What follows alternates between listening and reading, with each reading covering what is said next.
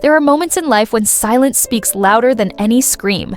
And for Lauren Sanchez, that silence came in the form of two words, too late, whispered by the richest man on earth in a Venetian palace where chandeliers glittered like frozen, tears and shadows stretched across marble floors. This was not simply the end of a marriage.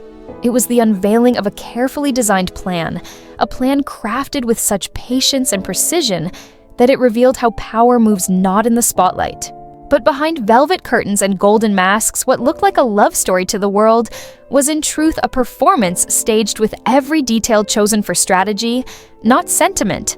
Every gown, every gondola, every guest list entry served a hidden purpose. Every photograph, every champagne toast, every whispered vow was less about romance and more about evidence. Building a record, a blueprint for something far darker than anyone could have imagined. The story does not begin with those words.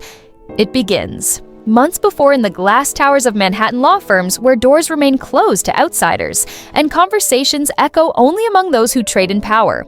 Here, lawyers assembled a document unlike anything seen before, a contract so complex, so merciless, that one attorney who glanced at its pages whispered that it read more like a corporate takeover than a promise of love. This was no ordinary prenup. It was a weapon with clauses sharp enough to cut through every corner of life's silence. Clauses, image clauses, inheritance clauses, influence clauses, each designed not to protect, but to control, to isolate, and if the moment arrived, to destroy. One slip, one mistake, one signature in the wrong place could trigger a chain reaction that would collapse everything at once. Lauren was handed this contract in her most vulnerable moment, days before the wedding, with gowns prepared and magazines waiting. With her advisors quietly pushed to the sidelines, she found herself surrounded by his team, and with the world expecting a fairy tale, she signed she believed she was stepping into forever.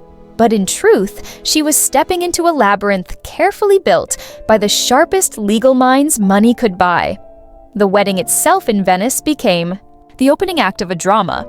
She never realized she was starring in chandeliers flown in from Paris, sparkled above canals that shimmered under Mediterranean light.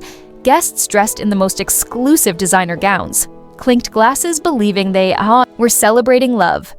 But behind the shimmer, another story was unfolding. Hidden cameras recorded conversations, microphones captured whispers.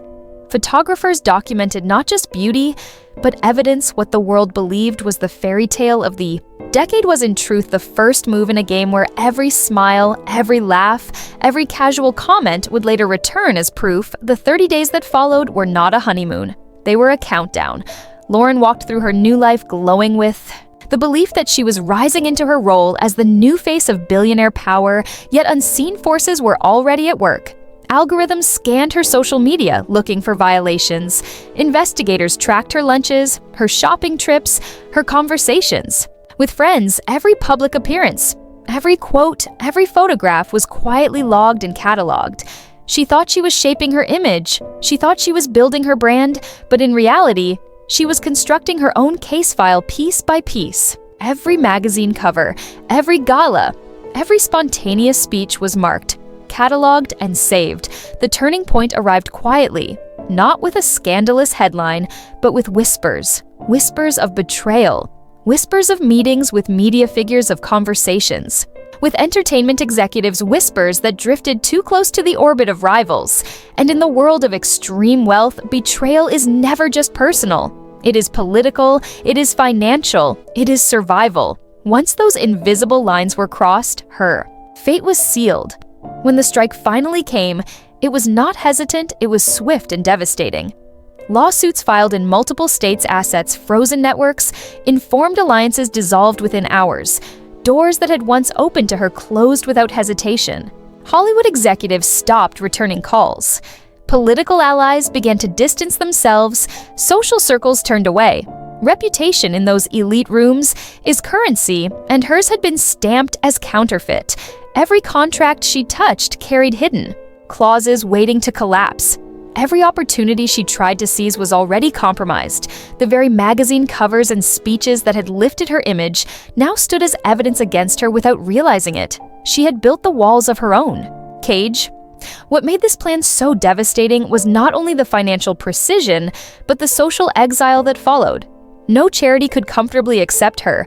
No brand could risk partnership. No circle could risk association. Her name turned into a whisper, into a cautionary tale told in the corridors of influence. Her story transformed from glamour to warning in the places where power is traded. The lesson for those who watched from the outside was chilling power. At this level is not measured in dollars alone. It is measured in the ability to erase someone completely, to remove them. Not with shouting or scandal, but with contracts, with whispers, with carefully timed strategy. Love may be celebrated at altars and written in vows, but in this rarefied world, trust is a luxury few can afford, and betrayal carries a sentence not of heartbreak, but of erasure. When he whispered too late, it was not the end of a simple argument. It was the conclusion of a masterpiece in control and consequence, a demonstration of how absolute wealth can turn romance into strategy and forever into nothing more than a countdown. Lauren's story became more than a scandal.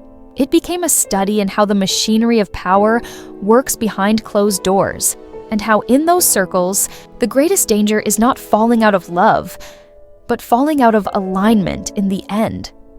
The chandeliers still glowed, the canals still shimmered, but the fairy tale had been revealed for what it truly was: a stage, a performance, a trap. And in the silence that followed those two words, one truth remained clear in the world of the ultra-wealthy: every vow is also a contract, every embrace is also a calculation, and every betrayal can be met not with tears, but with the cold machinery of absolute power. Turning Point did not arrive with flashing headlines or scandalous photographs. It came quietly, almost invisibly, through whispers in boardrooms and hushed conversations at dinner tables. It came in the form of meetings with media figures and counters, with entertainment executives' casual connections that to an outsider might seem harmless, but in a world where influence is currency, even the faintest brush with rivals can look like betrayal. And betrayal in this rarefied space is not measured in heartbreak, but in strategy. For Bezos, betrayal was not an emotional wound, it was a line crossed in the chessboard of extreme wealth. And once crossed, there is no forgiveness, because betrayal here is political, it is financial, it is survival. One whispered word, one handshake in the wrong circle can tip the balance of empires. And when that moment came, Lauren's fate was no longer in her hands. The strike was not loud, it was precise. It was the pull of threads woven months before lawsuits, appeared like shadows in multiple states, each one written with the cold accuracy of strategy assets, suddenly froze banks and accounts that once seemed endless, now felt like glass walls closing in doors that had once swung open to her presence. Now refused to move Hollywood executives who once smiled for photographs, stopped answering her calls. Political allies found reasons to create distance invitations to events dried overnight. Her name, which had floated like gold in those circles, now carried the weight of risk. In those rare rooms, reputation is not decoration, it is the very air you breathe. And once marked, it does not fade. It spreads. Her every move, every attempt to recover was already compromised, because each contract she touched carried hidden clauses waiting to collapse. Each opportunity she reached for had already been poisoned. Every glossy magazine cover that once lifted her image was now evidence waiting to be flipped against her. She had built her own file, with her own hands, without ever realizing she was writing her own indictment. What made the machinery so devastating was not only the financial impact, but the quiet exile. No charity wanted her name, no brand could afford her face, no circle dared risk her presence. She became untouchable, not in the sense of power, but in the sense of contagion. Her story stopped being glamorous and became a whispered warning, told behind closed doors in the corridors of the powerful. She was not a guest. She was an example, and so the lesson revealed itself, not to the tabloids, but to those watching closely. Power at this height is not measured only in wealth. It is measured in the ability to erase someone completely, not with public humiliation, but with contracts, not with arguments, but with whispers, not with anger, but with strategy in this world. Love is celebrated at altars, but behind the celebrations lies a second truth. every embrace is also a calculation, and every betrayal carries a sentence. Not of sorrow, but of disappearance. So when Bezos finally whispered too late in that Venetian palace, it was not the closing of an argument. It was the conclusion of a performance, a carefully constructed ending to a story that had never been a fairy tale. At all, it was the demonstration of absolute wealth, showing that romance is not always love. Sometimes it is strategy, sometimes it is a clock counting down. In the days that followed, the silence grew heavier than any argument, because silence in that palace was not emptiness, it was a signal. Every unreturned call, every delayed message, every closed door became another brick in the invisible wall rising. Around her, she had thought wealth meant freedom, but she was learning that in this world, wealth can also be a cage, and the richer the partner, the sharper the bars. The chandeliers still glowed, the canals still shimmered, the photographs from the wedding were still plastered on glossy covers across the world, yet inside her reality had shifted. She had become both the subject and the cautionary tale. She was learning that the stage of power is never about the bride or the gown or the rings. It is about the machinery hidden behind it, the lawyers, the strategists, the networks waiting for the perfect moment to turn the story. While the public adored the romance, the insiders saw the clauses, the contracts, the endless fine print they saw, the hidden scaffolding that held up the image of love, and knew that at any moment the same scaffolding could collapse upon her head.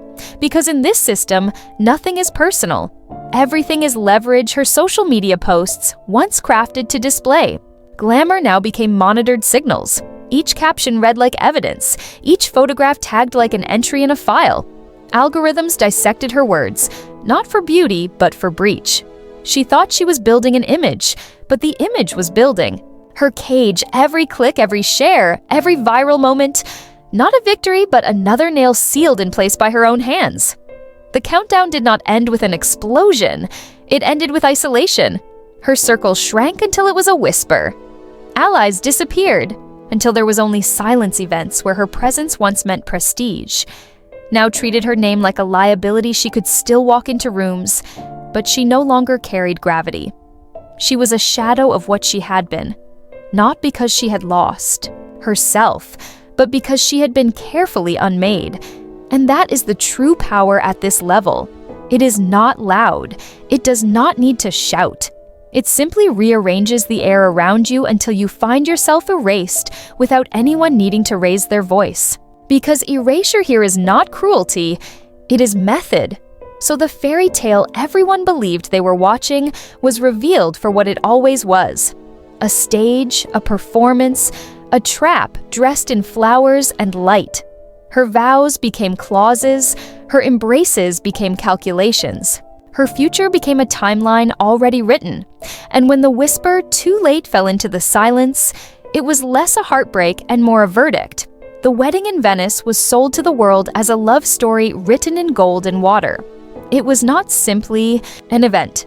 It was a spectacle. A city that had seen centuries of kings and poets now became the backdrop for a billionaire fairy tale. The gondolas glided as if rehearsed. The palaces opened their gates as though history itself had been bribed into. Silence guests arrived in gowns that shimmered like liquid light, flown in on private jets escorted across canals under skies painted with Mediterranean fire. Every detail spoke of romance, but every detail also spoke of control, because nothing at that scale happens by chance. The guest list was a roster of influence.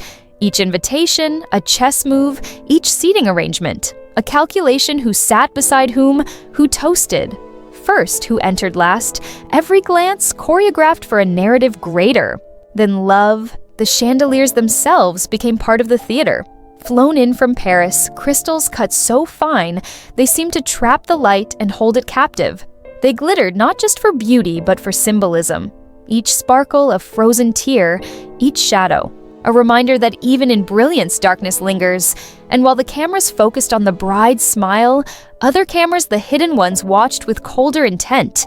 Recording voices, whispers, alliances. The music floated across the canals, but behind.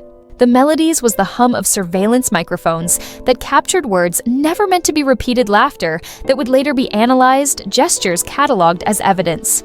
Even the photographs of kisses and embraces that circled the globe were not only love stories, they were entries in a file, the first pieces of a record that would one day be turned against her.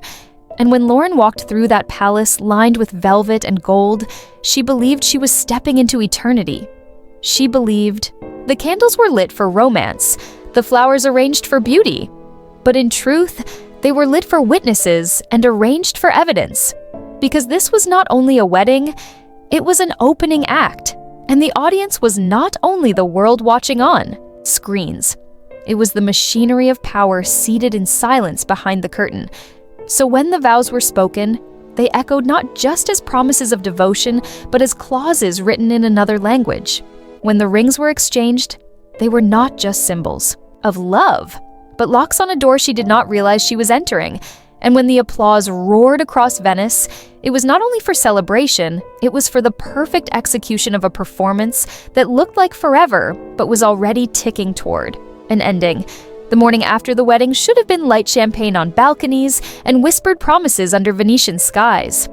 But for Lauren, the glow was already shifting, though she could not yet see it while she walked through marble halls. Lined with roses and silks, others were walking through corridors lined with monitors, reviewing footage, listening to recordings, cataloging moments. The palace that seemed built for romance had doubled as an observatory. Her first days as a newlywed were spent smiling for cameras parading through canals, waving from balconies. Each image sold as happiness, but each image also captured stored filed. She thought she was writing her story in the pages of magazines, yet someone else was building.